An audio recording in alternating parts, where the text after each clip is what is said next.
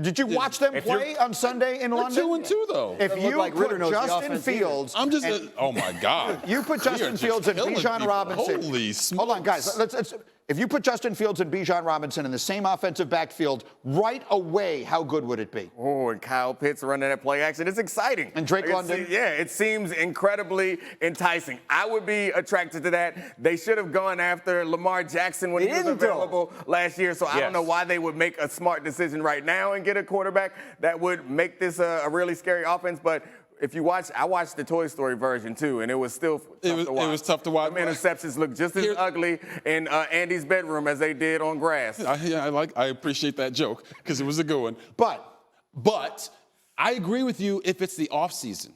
Right now, in the middle of the season, there is not one team in the league that is taking Justin Fields and going to give up the capital that the Bears are going to want for him. Well, the Capitals are about to have Williams and Drake May, so they're good. He just threw for 335 yards. Let him play out the season. If Fields isn't the guy in Chicago, they will know by the end of this year. I think they have already made that decision because they're going to have. I don't think they have. They may very well wind up having the first or second pick. They have Carolina's pick and their own. They're going to have a high pick in this draft. They're going to take Caleb Williams if they can. If Justin Fields strings together 7 more 300-yard passing games and he throws 25 touchdowns at the end of the year, they're not going to get rid of him. It doesn't matter who the first pick in the draft. I understand that, but you have just outlined what might be the single unlikeliest scenario I've ever heard in my entire life. They stink. Robert, they stink. They are the worst team in the NFL. They're going to fire the coaches. They're going to start all over again. They might, and it can be doomsday any day of the week. What I'm saying is they still got 13 games left. If he throws 2 touchdowns apiece in the next 13 games and shows his development as a quarterback, they are not going to move on from. I like where you are with the Falcons. I'm a Falcons fan, so I'd be and listen, I got no issue with Ritter, but I do. I would give him. Listen, I'm saying it on the other side. The best thing that could happen for Justin Fields is to get the heck up out of Chicago. That's a different conversation, though. I don't disagree with that. They've done a bad job managing him and helping his development, but you still have to allow him to play out the year. I think the question is, if you agree that they've done a poor job managing his development up until now, what makes you think that they're going to all of a sudden turn around and he's going to get better going forward? What I saw in the game on Sunday. He came out and he said, look, coaching's holding me back right now because I'm being overcoached essentially. Yeah. And what he did out there is he went out and he played. It helped they play the Broncos. Yeah, I mean, that's right. It did. Most teams use more than 9 guys on defense. Yes. The Broncos Usually you try to keep at least 10 bare minimum. At least get double digits before you get to the full number. Justin Fields had infinitely better receivers at Ohio State than he has had since he came to the NFL. If you gave him Kyle Pitts and Drake May and Drake London and said, here, hand the ball to Bijan and go do that stuff that you do with Arthur Smith running the offense, who everyone tells me is a brilliant offensive mind, I believe you. From the run game perspective, it does not get any better. I'm just telling you right now, he is as creative as it gets, and with Justin Fields being able to do things with his legs and then obviously open up for play action passes. Then why do they look so bad offensively? Because Ritter, you're limited. I mean, you're limited pushing the ball down the field. So get a different quarterback. I agree. We're saying the same thing. Yeah, I like Justin Fields for the Falcons for sure. Did the Bears give him up? I don't know, but from the Falcons' perspective, I like the head. I like the pick. Yeah, I think the question is, what do the Bears get out of moving on from Justin Fields right now? The first pick in the draft. And second. Yeah, they get that either way. It appears that they are headed in that direction either way. They get something for nothing. They wind up getting, if you keep Justin Fields till the end of the season, you're going to wind up getting nothing for him. You might get something for him now. Yeah, you might get something, but you're not going to get much, given that if you don't have any confidence in him, why should anybody else? No one right now is going to be. You're a better play caller. You had a chance to do it with a team that was a quarterback away that's desperate. I don't know how many teams are out there now that we all accept that Zach Wilson is the man. And if that quarterback away is Justin Fields, it's hard to make that argument for anybody. Yeah, and it's hard to make that argument right now in the middle of the season. I don't think people, we all have played. You don't just jump from one team to the next team when you're playing quarterback. If you're a wideout or a DB, hey, go cover that guy. Hey, go run this route and catch that ball. But at quarterback, it's more than just ability, man. It's connectivity, and and Justin Fields is not going to have that with any team that he gets traded to this year. Our quarterbacks really think the rest of us are just buffoons. They really do. They really do. It's easy to run up, man. Go get them, tackle that, hit that. And look, there ain't but 5 of them in the league that can play. There ain't but 5 good quarterbacks anyway. All 32 are any good? Come on, man. We can improve. If there's one thing we've learned here, I think we all agree it's a good idea. In the meantime, you want to laugh? Peyton and Eli last night on the Tush Push. Listen. All right. Hey, that guard's got to get his hand more on the butt. He's got to get it up in there a little more. He's not pushing hard enough. He didn't get a push. Yeah. Pre-snap, he's got to have his hand on the butt and then go, right? He You, waited. you see, He's got no pushing space. the quarterback. He's No chance that's going to work. You got to push the right butt cheek specifically.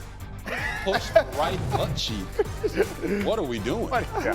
Jeff, That's two quarterbacks telling you about offensive line play. Exactly to our point, right? They're the smartest guys in the room, telling us how to do our job, right? Put your right hand here. Meanwhile, you got 375 pounds in front of you who are going straight down. Yeah, just push his butt. That'll help. Good gracious. Freaking the Mannings telling us about O-line play. Yeah, I mean, you got to set it up. Hold it right here as you're about to, stand like this, let the guy hit you right in the face with a quarterback behind you. Good luck. And all of us get fired trying to protect those clowns. Come on, Bryce. You know it. I know because it. RC said it, is some players need to be pissed off. When he's saying, like, pissed off, you needed me, like, maybe he was on some level being serious. Like, you know what? I'm glad you pissed me off. That will actually be good for me this week. Yeah, I don't know if Dak falls into that category because he strikes me as more of a calculated, cerebral type of player. I don't want Dak pissed off, but I don't think that it's going to carry over through the weekend. There's enough motivation just to beat them, not only because they beat them a couple times and a lot of people point out that they can't get past this, but also because home field advantage is hanging in the balance. And right now, the 49ers seem to have control of it with only the Eagles to worry about. Here's the next thing that jumped into my mind. When we were, all of us, trying to figure out what we thought the answer to Graziano's trivia question was, it came up that the Chargers always beat your teams in the playoffs. You guys, so there were some matchups that just seemed to favor. So I guess I would ask you, does this matchup just favor the 49ers? If styles make fights, does this one lean that way? 100%. They're physical on offense. They want to run in between the tackles, and then they'll bust some on the outside. Dallas wants to rush the passer. We saw what Arizona did to them, and it kind of exposed them in the run game. That's not a great matchup. And you look at the 49ers, and everybody's going to blame Dak, and look, you're going to show his interceptions, that kind of thing.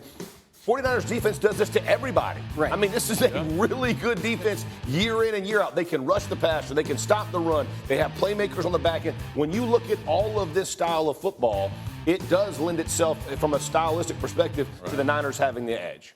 Yeah, I would say that for the Cowboys, we talk about the Cowboys all the time, right? This is just another game, but it's a week of legitimacy for them. Exactly. Right? If they win this game, they do it in the fashion that they can potentially do it by running the football, letting Dak operate the offense like he has been at a high level so far.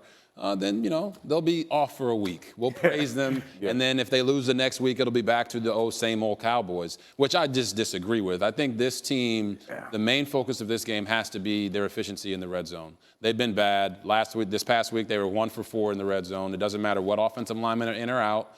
They seem to be not able to score 7 points, but that's going to allow their defense to play with the lead. Before last week, CeeDee Lamb had 2 targets in the red zone. And then he caught a touchdown this week in the red zone. That's going to have to be, it's got to be players over play. That one of the 1 for 4 was to CeeDee Lamb in the game they had. And again, this was a blowout. They're way ahead in this game. They blew out the Giants. They blew out the Jets. So the point you're making, Robert, is that defense, if they're playing from the lead, they're ferocious because they're going to get after the quarterback. But in a tight game, or if they're behind, then maybe their weakness, if they have one, is exposed because the other team can try and run it down their throat. Yeah, and I think this is an opportunity for the Cowboys defense to show that they're not just finesse. All of these great teams are built to play with the lead. The Eagles are built to play with the lead. The Chiefs are built to play with the lead. They have pass rushers that can get after the quarterback. But the Cowboys, in the one game that was close, the Cardinals got run over at the line of scrimmage. This is an opportunity for Micah Parsons and those boys up front to say, all right, this game, we got the most physical team in the NFL coming into this game with the 49ers. We have to show the rest of the league that we're not just a finesse team, that we can buckle our chin strap and hold at the point of attack and then get after the quarterback. And you guys correct me if I'm wrong. I also feel like there's some value in, they have to show it to themselves, right? There's not just external narratives, but this team keeps kicking our butts in the playoffs. We don't know for a fact we can beat them. We think we can beat them. but we don't. I mean, is there anything to that? Like that kind of? I don't. No, I don't think so because I mean Jeff could probably speak to this. When they had the games against the Chargers, every game you went into, you have this confidence. Right. Like as a player, you're never like, oh man, we got to play those guys again. And unless you were at Baylor like when I first got there and we were getting beat up by everybody. It's not like you're getting run out of the gym. What was it, 19-12, right? So like, it's not like their defense didn't play well against the Niners last year. They're doing no different than us. You're playing these tight games that get decided in the last few seconds of the game, and some guy makes a play and you kind of look at it. Yeah. It's not a legitimacy issue for the team. It is for the outside. And again, home field advantage matters.